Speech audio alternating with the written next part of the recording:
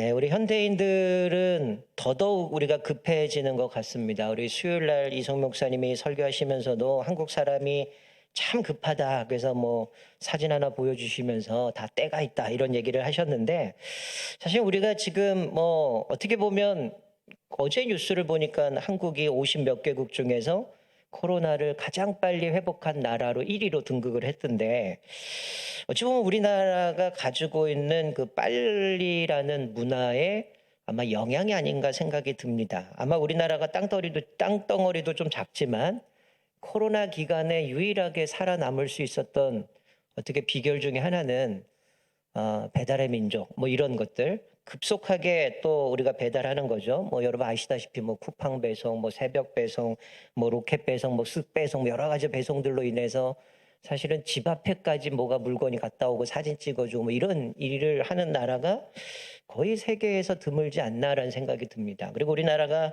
좀 빠른다라는 부분들을 보면 뭐 우리가 뭐 오래된 일이지만 뭐 우리나라만의 독특한 게 있잖아요. 뭐 3분 짜장, 뭐 3분 카레, 뭐 이런 것도 있고, 커피도 뭐 우리나라 믹스가 예전에 뭐 외국에 나가서 이제 전도하면 우리나라 믹스를 최고로 꼽히던데, 사실은 뭐 뜨거운 물만 있으면 어디 가서든지 마실 수 있잖아요. 전에는 한번 저희 아들하고 자전거를 타다가 아라뱃길 갔더니 이제 그 매점이 있더라고요. 그래서 이제 라면을 사서 먹는데 한강을 갔더니 3분 만에 네모난 라면을 끓여줍니다. 이게 뭐 컵라면보다 좀 빠르던데요. 이게 기계를 보면서 야, 저거 탐난다. 우리 중고등부 아이들, 청년들 하나만 사주면 애들 진짜 잘 먹을 텐데 이런 생각이 드는데요. 아마 청년들, 중고등부 아이들이 기도 많이 하면 제가 하나 질릴지도 모를 것 같아요.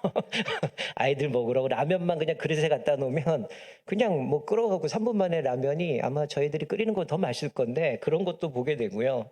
사실 우리가 뭐 흔히 뭐래 좀 카페가 있기 때문에 커피도 먹지만 사실 우리가 이 모든 것이 사실은 뭐 이게 순식간에 진행되는 부분이지만 이게 사실은 뭐 오랜 시간들을 거쳐야 되는 거잖아요. 우리가 특히 뭐 커피도 그냥 카페 가서 돈 주면 몇 분 만에 커피가 나오지만 사실 이제 커피를 먹는 과정은 뭐 아시다시피 커피 콩을 가지고 또 이제 로스팅이라는 과정 가운데 커피를 또 볶잖아요. 이것은 이제 얼마나 약하게 볶냐, 중간으로 볶냐, 강하게 볶냐에 따라서 이게 신맛을 내느냐 아니면 쓴맛을 내느냐 이런 것도 보게 되고 언제부턴가 여러분들에게는 뭐 옛날에는 더치커피 이랬다가 요즘은 콜드브루라고 하는데 사실 똑같은 겁니다.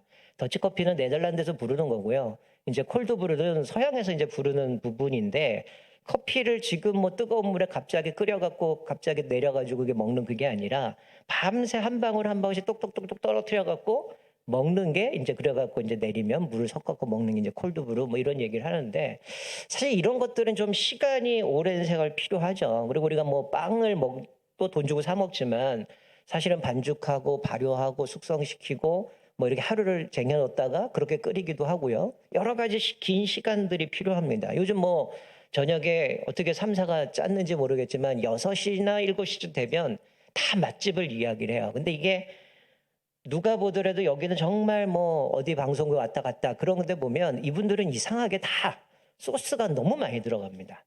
그리고 이분들은 그 소스를 뭐 하루 이틀씩 쟁여가지고 숙성을 시키고 뭘 집어넣고 뭘 집어넣고 이렇게 해서 나오는 집들 죄다 맛집이던데 여러분 사실 이 모든 것들이 좀 시간이 거쳐서 사실은 우리에게 이렇게 오는 거거든요.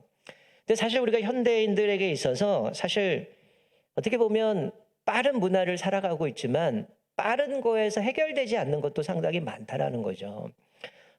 그 중에 하나가 우리가 보면 오늘 설교 제목처럼 우리가 기도라는 건 사실은 이게 급한 사람은 사실 기도하지 못합니다. 왜냐하면 기도하고 빨리 응답을 받기 원하기 때문에 오랜 세월 동안 하나님 앞에 기도하고 엎드리고 그 자리에서 묵상을 하면서 하나님의 음성을 듣는 것 조급해서 아마 그거 하지 못할 겁니다. 아마 기도를 잘 하시는 분들은 좀 인내심도 갖고 있고 또 하나님의 뜻이 뭔지 묵상도 하고 하나님의 음성에 귀 기울이면서 그 시간을 좀 보내는 사람들이 뚝심을 갖고 기도하는데 조급한 사람들은 기도하지 못하는 것 같아요. 그러니까 사실 우리에게 지금 이 바쁜 현대사에 우리에게 필요한 건 뭐냐면 사실은 우리 지금 그리스도인들에게서 가장 중요한 건 뭐냐면 우리 하던 거를 좀 멈추고 하나님의 음성을 좀 듣는 시간들이 필요합니다. 기도를 열심히 하는 분도 사실 여기 있는 분들 기도하기 오셨던 분들이기 때문에 사실 여기 있는 분들 기도를 하시겠지만 우리에게 또 하나 필요한 건 뭐냐면 기도하는 분들도 사실은 내가 혼자 하나님 앞에 내가 하고 싶은 얘기 다 떠들고 돌아가는 게 아니라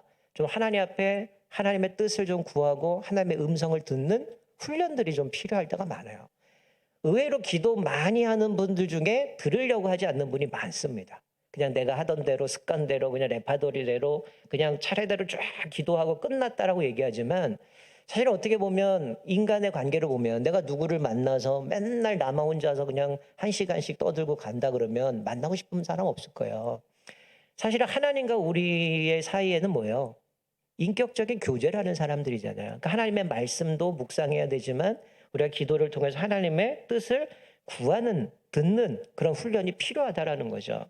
자, 오늘 본문 말씀은 지난주에 우리가 나눴던 말씀과 연결되어지는데 우리 지난주 살펴봤던 것처럼 이 바알과 아세라 선지자들 850명이 어떻게 했습니까? 뭐 소위 속된 말로 난리 부르짖잖아요. 자기네가 그냥 아침부터 열심히 날뛰면서 신에게 부르짖고 불을 내려달라고 애를 쓰고 저녁이 돼도 안 되니까 자해를 하고 완전히 자기들이 생쇼를 하지만 어떻습니까? 꿈쩍도 안 하죠. 왜?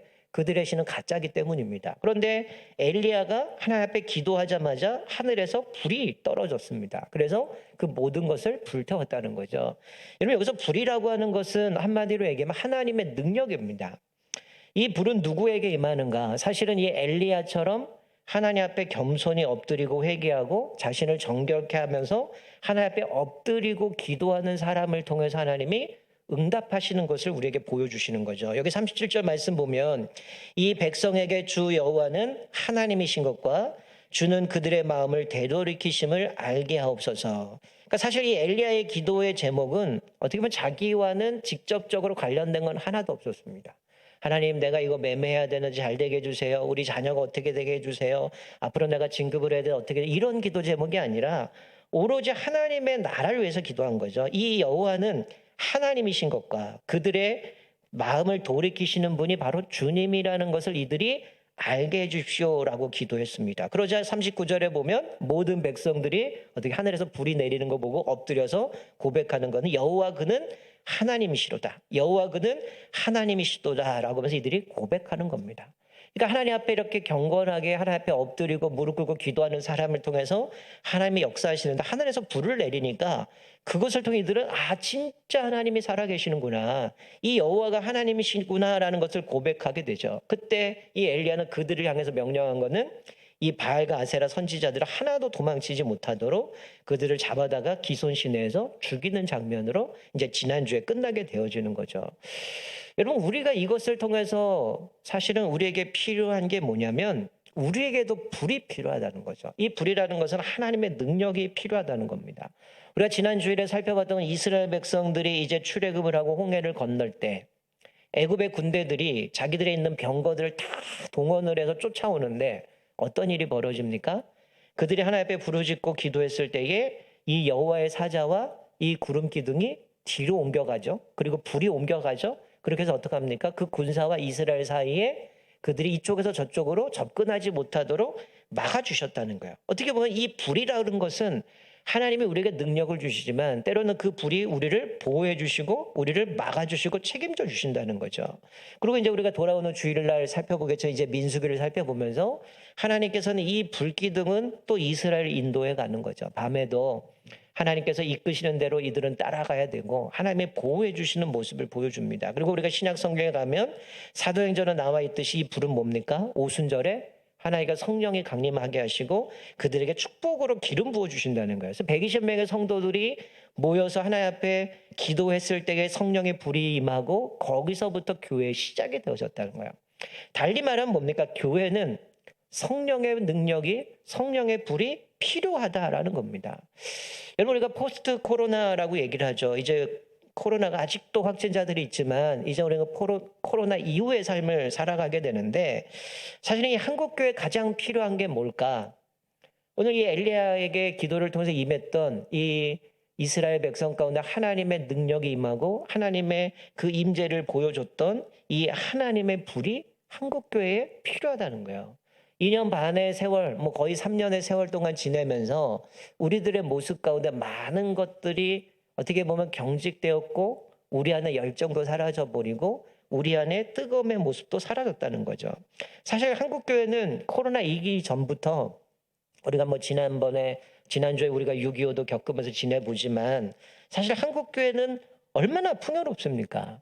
사실 6.25만 하더라도 72년이 지났지만 이 대한민국의 6.25를 기점으로 해서 기독교 역사를 보면 그렇게 전쟁 때문에 그들이 신앙을 지키기 위해서 또 부산까지 피난이 오고 거기서 이제 교회들이 형성되면서 그들이 그곳에서도 하나님 앞에 했던 것은 뭐냐면 하나님 앞에 엎드리고 기도했다라는 거예요. 심지어는 그 아이들을 등쳐매고 그리고 하나님 앞에 이 나라를 살려달라고 이 나라가 전쟁이 일어나고 우리가 신앙을 지키기 위해서 평야에서부터 여기까지 내려왔는데 하나님 우리를 살려달라고 힘들고 어려워도 하나님 앞에 아이들을 매면서까지 기도했던 이 나라입니다. 근데 좀 우리가 살기 좋아지고 형편이 나아지니까 어떻습니까? 기도하지 않습니다. 간절함이 사라져 버렸어요. 그리고 지금 역시 우리가 살아가는 이 시대는 너무 풍요롭습니다. 제가 최근에 들었던 얘기는 너무 안타까운 얘기를 많이 듣습니다. 그러니까 교회가 이제 뭐 코로나 기간 동안 이제 모이지도 못하고 이제 교회가 갑자기 모이게 되고 이러면서 이제 여름 준비하면서 어느 교회가 에어컨이 고장 났대요. 그랬더니 교회에서 예배 드리다가 덥다고 집에 가더래요. 그러니까 예배 드리는 게 집중이 아니고 더우니까 편하게 집으로 가더랍니다. 그리고 장마가 시작됐죠. 성도들이 교회 왔는데 비가 막 쏟아지고 주차장에 차가 대기가 애매하니까 그냥 차 타고 집으로 가더래요. 그러니까 지금 교회에 가서 하나님을 만나는 것보다 지금 당장 내가 불편하냐 편하냐 이거에 따라서 모든 게 바뀌어버린 시대로 바꿔져 버렸다는 거죠. 그리고 또 한 가지 뭐냐면 우리가 하나님의 능력을 의지하고 마치 엘리야가 하나님 앞에 기도하고 엎드린 것보단 기도하는 것보다는 우리 안에 여러 가지 문제가 생기면 하나님 앞에 엎드리기보다는 빠른 길을 찾아갑니다. 인간적인 방법, 물질, 사람, 내가 가지고 있는 능력들을 의지하는 그런 시대가 되어버렸다는 거예요. 그러다 보니까 우리가 이 코로나가 지난 지금 시점의 모습을 보면 저도 마찬가지고 우리들의 신앙의 모습들을 보면 우리가 그런 얘기를 하잖아요. 코로나 기간 동안 아이들이 학교에서 수업을 못하고 뭐 인터넷으로 수업하고 하다 보니까 아이들의 실력의 수준이 뚝 떨어져 갖고 아마 작년인가 아마 대학 시험을 볼 때는 얘네들 데리고는 논술을 봐서는 실력도 안 되니까 논술은 보지 맙시다. 수준을 좀 낮춰서 좀 시험을 냅시다. 이런 이야기가 있었거든요. 어떻게 보면 우리도 코로나가 지나고 나서 우리 신앙의 수준이 그냥 뚝 떨어졌어요. 70 몇 프로가 다들 뭐라고 했냐면 코로나 이후에 우리의 신앙이 다 무너졌다는 거예요. 그래서 하는 얘기가 우리가 좀 갈급함이 필요합니다. 그런 하나님에 대한 갈급함들이 우리 안에 있다는 거예요. 교회 가고 싶은데 못 갔던 것. 내가 하나님 앞에 부르짖고 싶은데 부르짖지 못하는 것. 사실은 지금도 우리가 마스크 입다 보니까 여름에 이제 기도해야 하는 것, 찬양하는 것 되게 힘들거든요. 그러다 보니까 우리 안에 뭔가 그런 세월이 흘러다 보니까 좀 주눅이 들은 것도 있고 굳어진 것도 있고 여러 가지 우리들 모습 가운데 퇴보되었던 것들이 있다라는 거죠. 그리고 사실 우리가 언제부터 벌써 좀 시간은 지났을 겁니다. 아마 좀 연세 드신 분들은 기억하실 거예요. 우리가 지금부터 이제 여름 사역들이 본격적으로 시작하면 한국 교회는 어떻습니까? 성경학교가 한다 아니면 수련회가 한다 그러면 교회는 어땠을까요? 바글바글 했어요. 그리고 늘 기도 소리가 들리고 찬양 소리가 들리고 뭔가 이 성경학교 수련을 위해서 뭔가 움직임들이 있었는데 어느 순간부터 그런 것들이 사라졌어요. 찬양 소리도 사라지고 기도 소리도 사라지고 많은 것들이 무너져 있는 이 한국교회 모습들을 봅니다. 아마 지금 강습회라고 얘기하지만 뭐 강습회도 어디 가야만 그때 강습회지 아마 개별적으로 교회에서 자체 강습하는 교회는 별로 없어요. 그러니까 요즘 시대가 좋으니까 다 USB로 자료가 나오고 CD가 나오고 이러다 보니까 그냥 그거 돌려버리면 돼요. 그러니까 굳이 모일 필요도 없고 이거 주고 공부해 갖고 와. 이거 갖고 찬양 율동 연습해 갖고 와.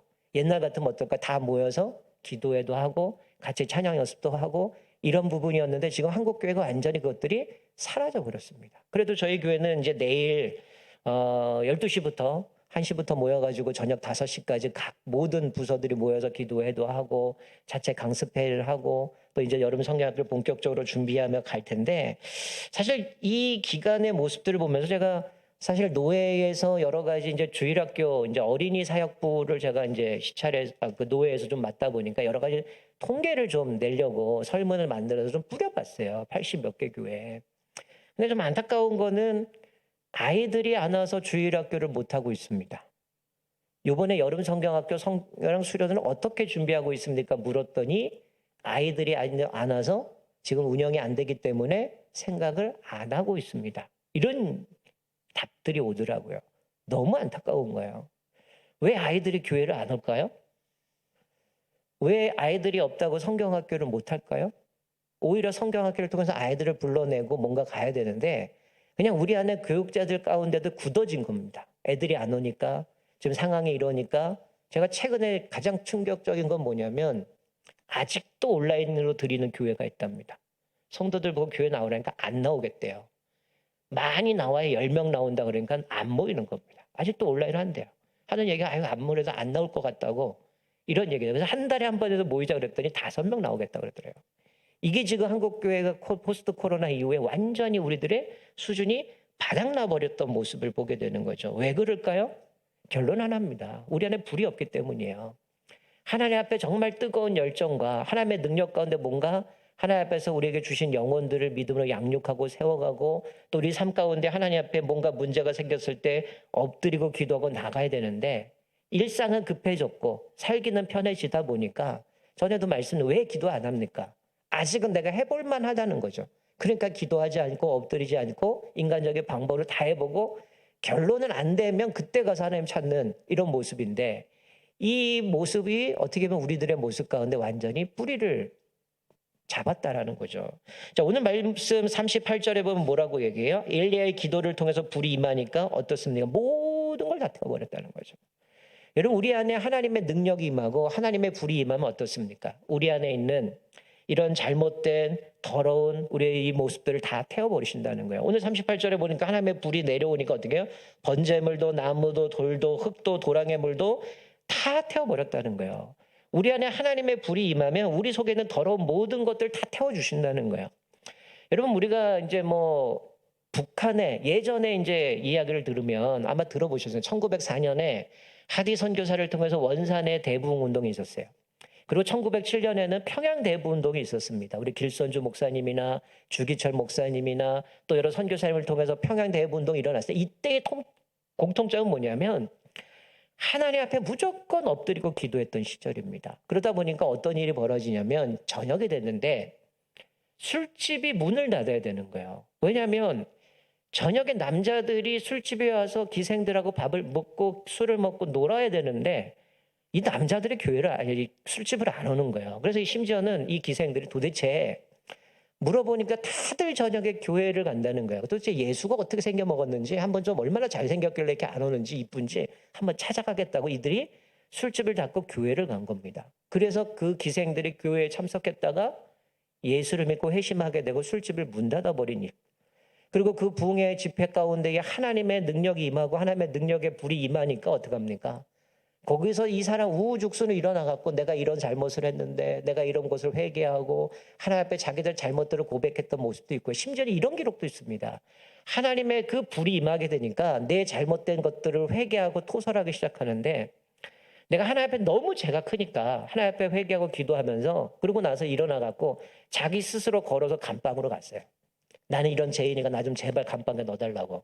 나는 죽어도 되는 사람이라고. 이렇게 회개하고 선교사님한테 내가 당신의 헌금을 훔쳐먹었고 내가 이렇게 하나님 앞에 잘못했고 이런 성적인 범죄부터 모든 것들 다 토해내면서 교회가 바뀌기 시작했다는 거예요. 그래서 그 동네의 기생조차도 문을 닫아버리고 그래서 모든 사람을 주님 앞에 엎드려 기도했던 그런 시절이 있는데 지금 우리들의 시절에는 그런 게 전혀 사라져 버립니다. 기도하는 모습도 하나님 앞에 엎드리는 모습도 사실은 지금은 살기가 바쁘기 때문에 또 살기가 편하기 때문에 하나님 앞에 엎드리기보다는 내가 여전히 많은 것들을 해결하려고 한다는 거죠. 자, 오늘 41절에 보면 엘리야가 아합에게 찾아가서 이제 큰 비가 내릴 거라고 말을 합니다. 사실 이 비는 뭐예요? 하나님의 축복이잖아요. 불이라는 것은 하나님의 능력, 하나님의 그 이스라엘 백성들의 잘못된 죄악들 때 하나님의 심판하심을 통해서 그들에게 내리셨던 거고 또 성경은 이 불이라는 건 하나님의 능력인데 이 비는 뭘까요? 하나님의 축복입니다. 이스라엘 백성들에게는 이 비가 뭐예요? 이른 비와 늦은 비. 그것을 통해서 이 이스라엘에는 농사를 짓고 그것을 풍요를 얻게 되어지는 그것인데 사실은 우리가 이제 주일날 맥주 감사주일을 맞이하죠. 항상 그것들은 농사와 관련된 절기죠. 그리고 이스라엘을 어떻게 구원하시는가에 관련돼 있는데 이 비가 그쳤다라는 거는 완전히 하나님의 심판입니다. 비가 그쳤다라는 건 이들이 더 이상 뭔가를 소산을 얻을 수 없는 상황인데 이제 3년 6개월 만에 이제 가뭄이 그치고 하나님께서 비를 내리신다라는 거는 정말 큰 축복이라는 거죠. 그런데 이 불이 하나님의 능력을 보여줬다면 이게 하나님의 축복인데 이제 엘리야가 아합에게 가서 이제 비가 내릴 것이니 당신은 먹고 마시러 가십시오라고 했더니 여기서부터 이제 이스라엘로 갑니다. 근데 엘리야는 어떡합니까? 42절에 보면 갈멜산 꼭대기로 올라가서 땅에 엎드려 얼굴을 무릎 사이에 놓고 기도합니다. 그리고 사안에게 묻습니다. 기도할 때 저 구름이 오는가? 그러면서 구름이 없다고 하니까 7번까지라도 기도하라라고 가라고 얘기를 하죠. 그러니까 엘리야는 7번까지, 사실 7번이라는 건 완전 숫자잖아요. 그러니까 딱 한 번, 두 번, 세 번 이렇게 해갖고 7번 센 게 아니라 사실은 이 말씀을 보면 어떻게 해요? 손바닥만한 구름이 올 때까지 기도한 겁니다. 그러니까 하나님의 응답이 있을 때까지 엎드리고 부르짖고 하나님 앞에 기도했다라는 거예요. 물론 하나님 말씀하셨기 때문에 내가 이제 비를 내릴 것이다. 그래서 아합에게 가서 이야기를 하고 당신은 비가 내릴 거니까 속히 올라가서 먹고 마셔라라고 얘기하지만 이 엘리야는 산에 올라서 하나님 앞에 기도했다는 거예요. 그리고 45절에 보면 조금 후에 구름과 바람이 일어나서 하늘이 캄캄해지며 큰 비가 내리는지라. 하나님 앞에 이렇게 기도하고 그러므로 인해 비가 내렸다는 거죠. 여러분 여기서 우리가 하나 깨닫는 게 뭡니까? 사실 여기서 우리가 기억해야 될 것은 뭐냐면 사실 불이 내린 것 그리고 비가 내린 것 이것을 가능했던 게 뭘까요? 두 가지 다 엘리야가 기도했기 때문에 임했다는 거예요. 제가 서두에 말씀드린 것처럼 하나님의 백성이 경건한 사람들이 믿음의 사람들이 기도를 하며 일하셨다라고 말씀했는데 바로 이 엘리야를 통해서 하나님 앞에 기도하고 부르짖었을 때 하늘에서 불이 내려서 그 모든 걸 다 태워버렸고 또 이 장면에도 비가 내리니까 이 내렸던 것은 바로 이 엘리야는 아합에게 올라가십시오. 그러나 그는 이 갈멜산에 다시 올라가서 하나님 앞에 엎드리고 기도했을 때에 하늘에서 큰 비가 내렸다라고 말씀해 주고 있습니다. 아까 서두에 말씀드렸던 것처럼 이제 내일 주일학교 전체 강습회를 시작으로 본격적으로 이제 여름 사역이 시작이 되어집니다. 그리고 7월 17일부터 이제 유치부 이제 여름 사역이 시작되어지면서 가게 되어지는데 우리가 오늘 이 말씀을 통해서 좀 기도하고 싶은 거는 이 천산의 믿음의 사람들의 기도를 통해서 우리 다음 세대들에게 하나님의 성령의 불이 임하고 또 하나님의 그 축복의 성령의 단비가 내리기를 주님의 축원드립니다. 이 아이들이 2년 반 동안 3년 동안 어떻게 보면 성경학교가 약식이 진행됐고 수련회가 어떻게 할 수도 없었고 이렇게 축소되다 보니까 앞에 제가 말씀드렸던 것처럼 우리의 신앙이 다 바닥을 치고 있어요. 우리의 신앙이 옛날 같지 않고요. 기도를 해도 눈물이 사라져버렸고 우리 마음은 뜨거움보다는 우리 마음이 차가워졌고요. 하나님 앞에 엎드리기보다는 여전히 이제는 내가 뭔가를 해보려고 하는 모습들을 보게 되는 거죠. 사실은 우리가 이 코로나를 통해서 깨달은 건 더 이상 우리의 스스로 해결할 수 없다는 것을 경험했는데도 여전히 우리는 내가 뭔가를 해결하려고 하는 모습을 보게 되어진다는 거죠. 우리가 오늘 이 엘리야의 기도 그것을 통해서 이 850명과의 대결을 했지만 하나님께서 그에게 기도를 통해서 응답하시고 불을 내리셨던 것처럼 그리고 또 이 엘리야의 기도를 통해서 그 땅에 비가 내리게 하신 것처럼 이 여름 사역들을 통해서 우리 자녀들이 또 그리고 이 성경학교와 수련을 통해서 그 참석하는 모든 사람들이 그 하나님의 앞에 기도하고 엎드림을 통해서 또 우리가 기도함을 통해서 이 땅에 다시 한번 하나님의 그 놀라운 역사들이 가득 넘치기를 주님의 축원드립니다. 한 가지 더 말씀드리면 어떻게 보면 사실 되게 낙심될 때가 많습니다. 사실 주일학교 제가 뭐 다음 주에는 뭐 부평중앙교회 교사강 그 헌신 예배 때문에 가서 말씀을 드리겠지만 사실 제 주변에 보면 이상하게 목사님들이 이제 교사 강습회 뭐런 얘기를 하면 다들 얘기하는 게 제가 설문 아까 했다 그랬잖아요. 그러면 당신의 교회에 필요한 게 뭡니까? 라고 하는데 다 이구동성으로 하는 얘기가 열심 있는 교사를 원합니다. 저는 한편으로 생각하면 과연 열심이 없을까 교사들이. 저는 그런 생각을 해요. 제가 이창훈 장로님하고 교육위원장이 이런 얘기를 했지만 과연 열심이 없을까? 저는 한편으로 목사들만 잘하면 된다 생각해요. 또 하나 우리가 표어도 붙었지만 부모만 잘하면 된다고 생각해요. 어찌 보니 이 교사들은 뭡니까? 내 자녀도 아니고 위탁하는 거잖아요. 사실은 엄마가 아빠가 그 아이를 양육하고 믿음으로 세워가야 되는데 못하니까 교사가 맡은 거고요. 또 그 교사들이 그만큼 헌신한 사람도 어디 있습니까? 내 자녀도 아닌데 그들을 위해서 기도하고 그들을 위해서 헌신하고 여름 같으면 자기 휴가 다 빼갖고 수련회 성경학교 하는 사람들이 어디 있겠습니까? 이런 사람 없잖아요. 근데 오늘 본문 말씀에 보면 때로는 우리가 그럴 수 있어요. 하나님이 나에게 맡겨주신 아이인데 정말 이게 정말 하나님이 주신 아이인가? 왜 이렇게 말도 안 듣고 신앙생활도 안 하고 신앙생활 하다가 그냥 주저앉아고 있을 때도 너무나 많잖아요. 때로는 포기하고 싶고 하나님 이제 난 더 이상 못하겠습니다. 안 되는 것 같습니다. 이럴 수도 있겠잖아요. 어떻게 보면 엘리야가 그러지 않겠습니까? 모든 이스라엘 백성 하루아침에 하나님 섬기다가 바알과 아세라를 섬기고 완전히 돌아서 버렸잖아요. 자기 혼자 남아있는 것처럼 하나님 이거 불가능합니다. 도저히 되지 않습니다. 어떻게 됩니까? 이렇게 생각할 수도 있었을 거예요. 그런데 사실 오늘 이 말씀까지 이 엘리야의 사역을 보면 이것이 가능했던 이유가 뭡니까? 하나님이 그와 함께 하셨기 때문이라는 거예요. 아합 앞에 섰을 때 과연 그게 가능했을까요?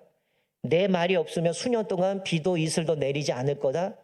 여러분 그 나가서 그 얘기 할 수 있을까요? 못합니다. 그리고 나서 하나님이 그를 그리시네가에서 숨겨주시고 거기서 까마귀를 통해서 책임져 주셨어요. 사르밧 과부의 집에 갔을 때도 하나님이 어때요? 그냥 이들은 자기가 갖고 있는 거 마지막 떡해 먹고 죽으려고 했는데 거기서 하는 얘기가 너희들 먹기 전에 나한테 먼저 주고 그리고 니들 먹어라. 그럼 하나님이 이거 마르지 않게 줄 거다. 하나님이 책임져 주셔서 그날 이후로 몇 날 며칠을 여러 날을 그들을 과부도 마찬가지고 그 아들도 마찬가지고 엘리야도 그것들을 먹고 생명을 유지합니다. 그리고 하나님이 다시금 이스라엘에 비가 내릴 거니까 너는 아합에게 가라라고 했을 때 그가 또 등장하는 거죠. 여러분 생각해보세요. 3년 6개월 동안 도망갔다가 아합 앞에 쓴다는 거 이거 쉽습니까? 지금 이 오바댜 선지자를 통해서 얘기했던 거는 그렇게 아합이 너를 찾으려고 그렇게 다녔는데 내가 지금 이 엘리야가 여기 있다고 나 죽을 건데 어떡하냐 막 이러면서 주춤하잖아요.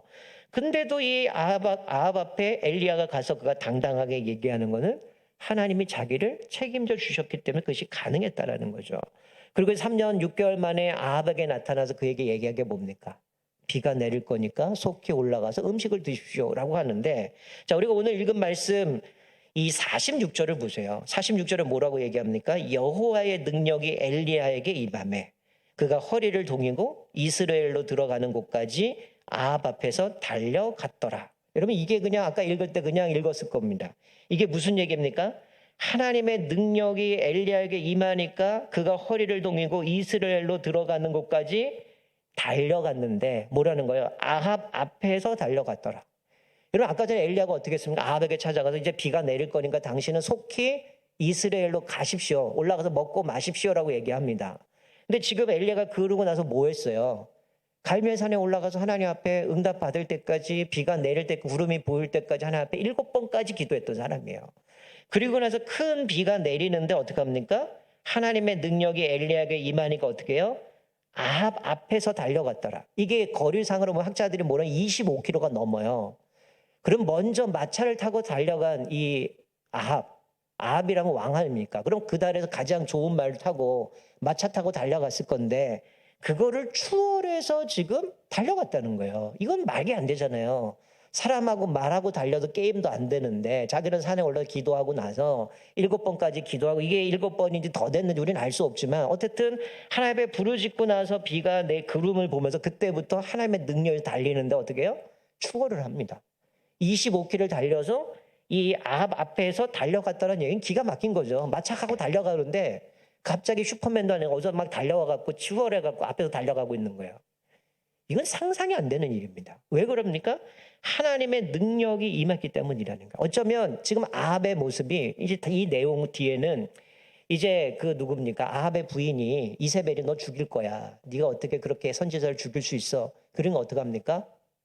도망가 버려요. 우울증이 와버리죠. 하나님 난 안 됩니다. 이제 나 끝났습니다. 차라리 날 죽이십시오. 이런 장면이 뒤에 나오잖아요. 근데 여기 오늘 본문 말씀해 보면 어떻게 지금까지 이렇게 할 수 있었던 건 하나님이 그에게 능력을 주셨기 때문에 온 겁니다. 만약에 엘리야가 중간에 포기했다면 이게 가능했을까요?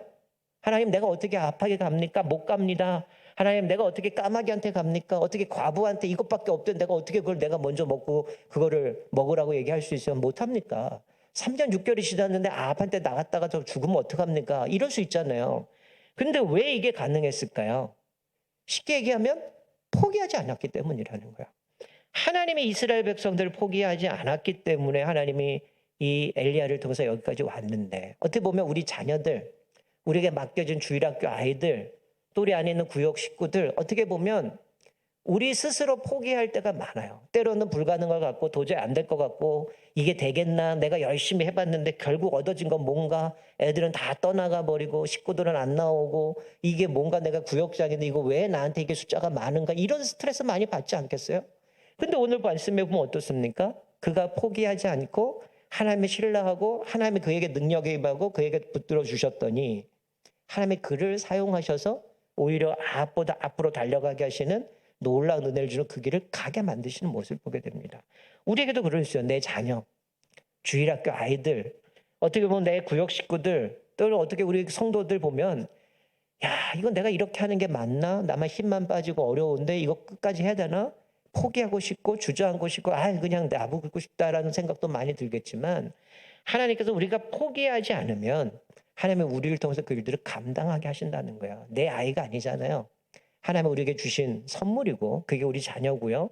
또 하나는 우리에게 주신 영혼들, 그 부모가 신앙이 없어서, 때로는 그 부모가 여러 가지 이런 이유로 세상의 가치관 때문에 그 자녀를 믿음을 세우지 못하기 때문에 우리에게 위탁해서 그 애를 양육해 가고 있는데, 한편으로 보면 나마저 포기해버리면 그 아이는 어떻게 되겠습니까? 그 자녀들은 어떻게 되겠습니까? 결국 그들은 세상으로 사라져버릴 수도 있는 모습이거든요. 우리가 오늘 이 말씀을 기억하면서 이렇게 기도했으면 좋겠습니다. 하나님, 우리에게도 불이 임했으면 좋겠습니다. 그리고 하나님 앞에 기도했을 때에 이 단비가 내려서 그 가운데 가뭄이 해갈이 되었던 것처럼, 하나님, 우리가 이 여름 사역을 앞두고 이제 7월 매주마다 주일학교 여름 사역을 놓고 기도할 텐데, 하나님께 특별히 우리 자녀들에게 하나님 성령의 불이 임하게 하여 주시고, 또 하나님의 축복의 단비가 내리게 하셔서 이 여름 사역을 통해서 이 자녀들이 주님을 만나고 하나님의 인격적으로 만나게 하시고, 무엇보다 우리 자신도 하나님 앞에 이 성령의 불을 주시고 은혜의 단비를 허락하여 주셔서 우리의 식어진 가슴, 이 차가진 가슴 가운데 하나님을 향한 그 사랑의 믿음이 다시금 회복되어져서 주님 앞에 날마다 어떤 어려움 앞에서도 엎드리고 기도를 통해서 이 세상을 바꾸시게 했던 것처럼 우리를 통해서 우리 가정이 바뀌고 교회가 바뀌고 이 사회가 바뀔 수 있는 은혜를 우리 허락해 달라고, 날마다 다시 한번 주님 앞에서 하나님 우리에게 불을 달라고, 은혜를 달라고, 내가 어떠냐면 기도하며 살게 해달라고 이렇게 고백하면서 오늘 주님 앞에 기도했으면 좋겠습니다. 우리 같이 한번